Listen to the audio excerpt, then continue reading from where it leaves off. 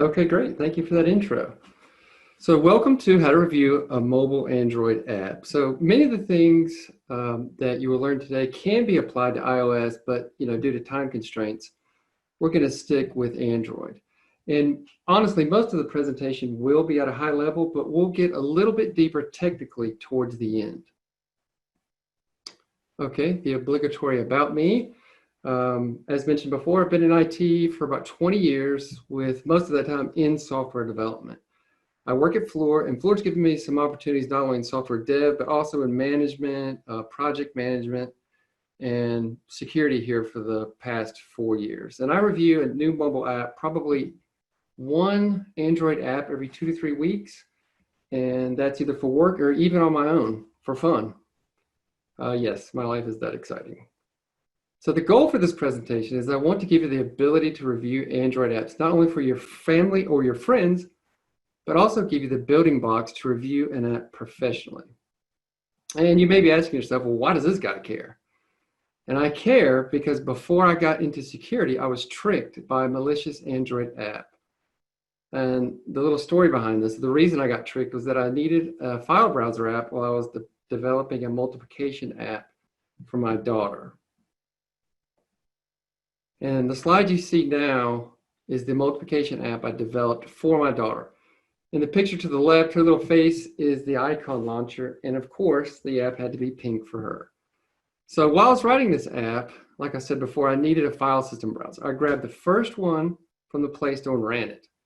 When I looked at the permissions, I realized I just installed something bad. The app needed permissions to so many things. So I admitted I was tricked. So naturally, I thought this could be a moment to help others. And then this is when I turned my app, quote, evil. So in the picture to the right, you can see a submit button.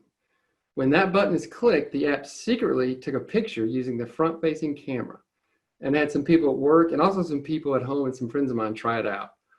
And the reactions I got when people realized their picture had been taken without them knowing were interesting. Some of them good, some of them bad. One person even said, "What the hell, man? I trusted you." So besides teaching my daughter multiplication, the app was built to show users what happens when you do not pay attention to app permissions, like I did. So I was not the only one tricked into installing a malicious app. Here are a few others. So hopefully no one watching this has any of these apps. Again, you can see some of these installs of these malicious apps are 1 million installs, some are 5 million, and even 10 million. So again, the goal of the presentation is to not be tricked like I was. All right, let's look at the agenda real quick. Hey, James, can you zoom in on your PowerPoint deck so the text is a little small? Is it? Okay. Is that better? No, it's actually the window on our side is what's small. Let's see. Yeah. Okay, I got it full screen on my side.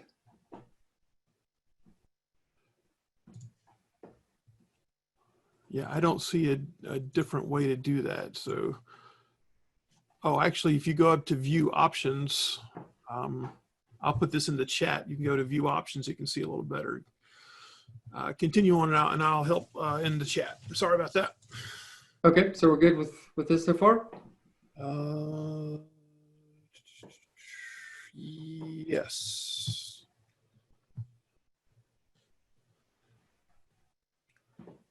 Okay, so we'll look at the agenda. So real quick, we're going to just talk about 3 things: the risks of using mobile apps, how to review app for, say, kids or family members, and that doesn't require any technical skills, and then a review for work, or a more detailed review. And this part of the presentation will go from less technical to more technical. And the last thing, if you look at the bottom right-hand corner, we're on slide number 5, there's 32 slides, and the presentation is about 24 minutes. Okay, so let's talk about the risks of using mobile apps. So the risks here are pretty obvious. There's always the excitement of a new app, but there isn't typically much discussion around risk, and even less how we mitigate these risks for family or for work. And the important part here is to have a conversation. The risks here for family members or kids, you can read this. It's, location tracking, unwanted communication, recording audio, etc. And then the risks for business is all of those plus, information theft or reputation damage. And that's what we want to be careful about. So for your family members or kids, having them want to use an app, you can easily say, yes, you can use the app, but you've got to disable these permissions. And for work, it can be, we need to use this newest app for our company. And we can do that. We just need to have certain mitigation strategies in place. And those conversations are pretty easy. You just have to have them. All right, so now that we understand the risk and how to have a conversation about the risk, let's look at the second item from the agenda, how to go into a little bit more detail to review an app for kids or family members. All right, so at completely random, I selected an ice cream app from the Google Play Store to look at the permissions. It's probably a perfectly fine app. I just wanted to take a closer look at it. And I blurred the name out just so you wouldn't think I was either for or against it. I'm not either. It's just completely random app that I picked. So when you're reviewing these, the first thing you want to look at is a content rating. And that one's pretty easy. And for this one, it's everyone. So no big deal there. The next thing you want to do is scroll to the bottom for permissions and view details. So let's look and see what the permissions that this app has requested. Okay, so here are the permissions this ice cream app has requested, and there are 17 requested permissions.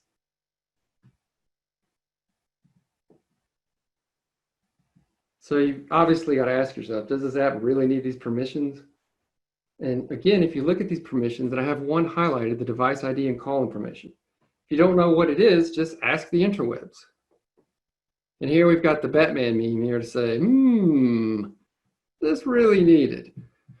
So the one permission that I highlighted is the device ID and call information. And that can be used to obtain the device IMEI, which could uniquely identify the device, which likely violates the Play Dev program policies due to privacy concerns because you can track the app. And some Android versions can revoke permissions. So some of these permissions being revoked could be part of our mitigating strategy in order to use the app. And so while we're looking at permissions, let's look at some of the most abused permissions. All right, so we see here we have the permission on the left. In the middle is what it's used for, and then how it is exploited. And these permissions, if you're reviewing an app and you see any of these, should give you a red flag and should be only allowed if it's really needed. So the other important part is that you want to periodically review permissions, as permissions can change, and some apps can actually download attack code later.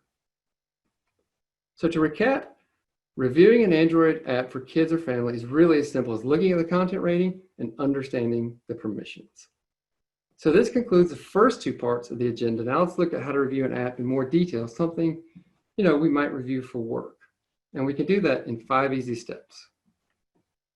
And here they are. So let's go ahead and jump into step 1. Step 1 is crack open the APK. And so what is an APK?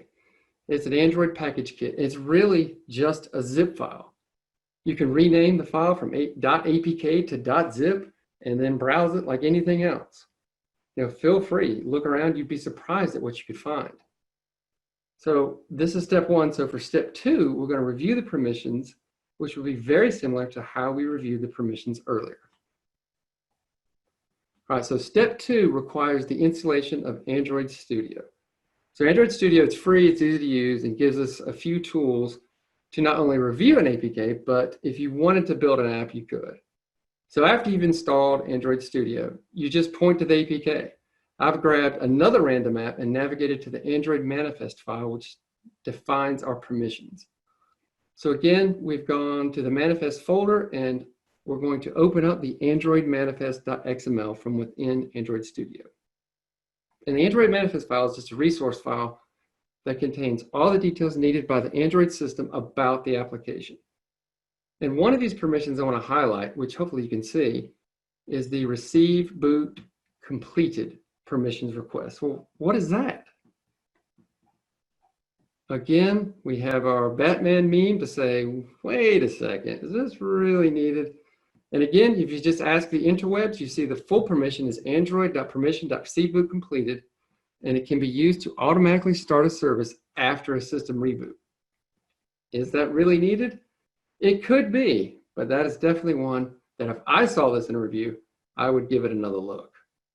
So all right, we're already on to step 3, and that's to have a tool analyze the code.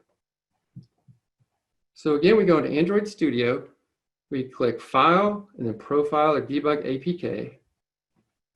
And then we click Analyze and Inspect Code. And it will look at the APK and inspect the code for vulnerabilities. And what you're going to want to do next is, if you can see the Security tab, you're going to want to look at that and give that a sanity check. And you definitely want to look up anything you don't know and then share that report for risk awareness. So even if you copy and paste the generated report text into your own report, no one will ever know it's just an Android Studio report. And you'll be the hero. And the next slide will show us your boss's reaction to your report. There it is, the Michael Scott amazed face. So based on your report and the fact that you understand the risks the report has generated, you're practically guaranteed a promotion.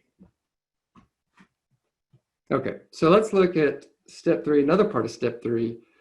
So not only can we analyze the code, we can also run the app without actually having to run it on our device. We can run it within an emulator.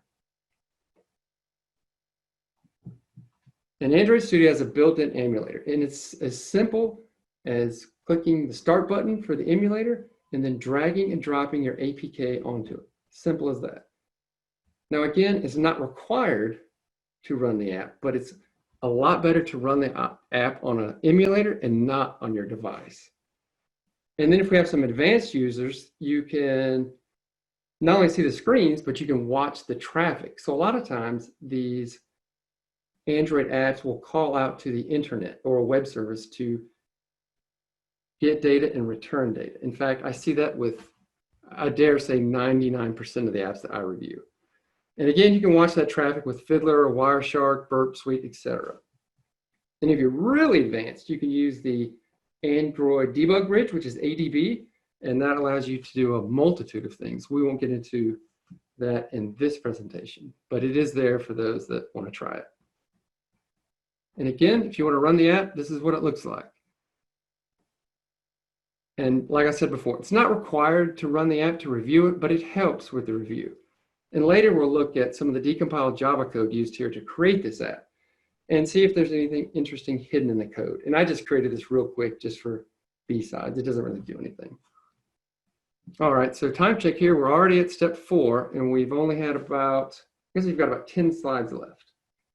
And step 4 is we're going to determine the APK type. All right, so with the reviews that I've done at home and at work, there are 3 types primarily. There's the native type, which is written in Java, and sometimes C++, but usually they're just Java. You then have an HTML5 app. An example of that is, say, Apache Cordova. And the third type is a cross-platform app, typically written in Xamarin. And so determining the APK type will tell us how to continue the review. So it's sort of like one of those choose your own destiny books. So again, here are the APK types, but how do we determine which is which and what we do next? All right, we'll start with the native APK type. And I probably see more of these than anything. But again, as a first step, all we're going to do is rename that APK to .zip and browse. And most of the time, these are written in Java, sometimes C++. But you can tell that this is a Java app because you look at the folder here and it says Java and the classes.dex, and that tells us that this is a native app. And here we've got some pros and cons for using a native app. And you can read those. You know, it's typically fast. There is cons in that it has a multiple code bases because you've got to have an Android app as well as an iOS app. And typically because you have those 2 code bases, it will cost more to develop and can oftentimes take longer to build. All right, so that's our first type. The next type is our HTML5 app. An HTML5 app is an app that just contains a web view of a mobile website. That's it. You can easily review the contents of the zip, and sometimes there are some interesting things, and I'll say again, quote, hidden in these files. So we can tell this is an HTML5 app by, again, renaming that app to zip, browsing it, and you can see that the app is written mostly in HTML and JavaScript when you see an assets folder. And you'll look in that assets folder and just kind of look around. And you can see the HTML files there. There'll be JavaScript files. And again, there are pros and cons to using an HTML5 app. There's a single code base. It's probably the least expensive and easiest to build. But some of the cons are that it's typically slower, sometimes has limited functionality. They are vulnerable to web-based attacks, and they can have insecure plugins. Okay, so let's go to the final APK type, and that is a cross-platform app. A cross-platform app is built using a framework that creates both the Android and the iOS version of the application from one code base. We can tell this is cross-platform by, again, renaming the APK to zip and browsing. If you see an assemblies folder, that's your dead giveaway that this is a cross-platform app. And the app is, 9 times out of 10, when you see cross-platform, it's written in .NET using Xamarin. And that assemblies folder contains all of the .NET classes files, which are called assemblies, to build that app. And again, pros and cons list as well. So a pro would be the single code base, and that single code base for both iOS and Android is not as expensive to build, and it's got a full development environment, including testing. And as you can read, some of the cons are require C# and Visual Studio. Now for me, that's a pro, but there are some people that do not like Visual Studio or C#. And again, this one can also have insecure plugins. All right, so now that we've reviewed the 3 types of APK, let's look at step 5, the last step. And for me, the most exciting part of the presentation. Let's look at some code. And again, determining the APK type is how we will know what utility to use to look at the decompiled source code. All right, so here in step 5, show me the code means let's decompile these objects and look at the source code. And those little hot peppers at the bottom, they represent the difficulty level from 1 to 5 there. And if we start here at the native, the Java-based app, you can use bytecode viewer or Android Studio to look at the decompiled code. Now there is a little bit of a warning with this one. It's 1 hot pepper of difficulty, 1 out of 5. But one caveat here is you could see .so files, and those are shared object files. And they are written in C++. And that would give them 5 hot peppers to decompile, if not 10 or even 20, because those are extremely difficult to look at the source for. But again, 9 times out of 10, they're going to be written in Java, and it's pretty easy to look at the source. Okay, the next one here in our middle block is HTML5, typically in Apache Cordova, and that requires bytecode viewer or Android Studio. And again, it's not required technically, but it is preferred. It just makes your life a lot easier. And again, this one is also 1 hot pepper, so 1 out of 5 difficulty, pretty easy. And then our third block here is the cross-platform or Xamarin app. Now this one I gave 2 hot peppers for difficulty just because you're going to need bytecode viewer or Android Studio, and you're going to need a product called Just Decompile. And that will take the .NET assemblies and decompile them. So for the final part of this, let's look at a little code. Okay, so here is an example of bytecode viewer in the decompiled Java code for a native app written in Java. So maybe you can see something wrong with this code. You look here, you have something that looks like an AWS username and password. And there are some people or devs that think that since the code is compiled, you can hide things in here, and that obviously is not the case. So the next slide here is Xamarin.net using Just Decompile. And typically what I will do is open up some of these .NET assemblies and click around and then search for username and search for password. And that usually gets me a pretty good starting point to reviewing if anything's hidden in there. So let's look real quick at some things I've found and things you could find in decompiled code. So I did see this message. It's pretty funny, please don't decompile. Instead, send your resume to XYZ. So, I got to laugh at that one. And then I've seen unauthenticated web services that return sensitive company information. And, the developer apparently thought that since it was compiled, these were okay to put in there, but they were wide open and dangerous. And I was able to call and talk to the developer and get them to fix it. I've seen backdoor authentication creds. I've only seen one of those, but it does happen. Now I've got this one in red, the excessive permissions, because I see that almost every time. And with the excessive permissions, if it's a vendor, you can easily go back to them and say, hey, do you really need camera, contacts, whatever the permission may be? Do you really need all this? And a lot of times they'll come back and say, no, we really don't. Or yes, we do. And here's the reason why, which is great. And I've even gone to the Google Play Store with apps and sent a message to the developer, the public message saying, you've got all these permissions. Are these really needed? And they've come back and said, yes, and here's why. So, you definitely can do that too. I've seen passwords in decompiled code and secret web/API keys for Amazon Web Services, Azure, etc. And that's kind of where that example before came from. And let's look at some examples, or actually just one example of some malicious code. Hey, James, I had a question in the chat. Yeah. Luke wanted to know, why is viewing C++ code more difficult based on the hot pepper scale? Oh, well, the short answer is that C++ builds its projects differently than, say, Java. So Java files are interpreted, where C++ is not so much. And so the bytecode that's generated from Java, you can see that.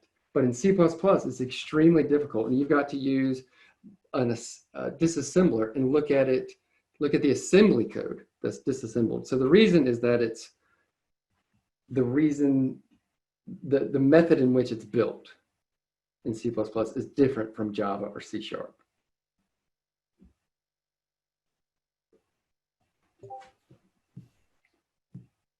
Got it. Thank you. Okay. So again, this is an example of malicious code, and this does a multi-factor authentication bypass. And if you can see the code there, it's got a bunch of weird characters and backslashes and encoding. And if you ever come across this is bad, bad, bad. There's absolutely no reason to do any of this. Absolutely no reason. Okay, so before we conclude, there are a couple of other things you can try if you're feeling advanced. And I'll warn you, this is a little bit of a geek alert. So you can use Android Studio and browse the device files. And it's really easy. You just click open the APK, click browse files, and you can find keys, you can find databases, you can find XML config files, all with a wealth of information. And one of the best spots to find information is if you use the file browse, go to data/whatever app you're looking at, and look for the SQLite databases. And these are just little tiny databases, and they contain an unbelievable amount of information. And most of the times they're not encrypted. So I look there first for sure. And then if we want to watch the traffic from a Android app, you can hook up the emulator to Burp Suite. So again, watch the traffic means let's just see what this mobile app is communicating with. 9 times out of 10, they're going to communicate with an external web server, web service. And all we have to do is first set the pin on the emulator, and then you're going to want to install the Burp cert on the emulator. And that does require a pin, so don't forget to set it. And then you simply just spin up on your desktop a one-liner from Python to spin up this little built-in web server. And you transfer the cert from your desktop to the emulator, and then the emulator installs it. And that enables us to decrypt the traffic going through. You then just set your emulator settings to localhost, which is that 127.0.1, and 8080 is the port, and then you can capture the traffic. And a lot of times what I'll do is watch that traffic come through and then replay it out of context.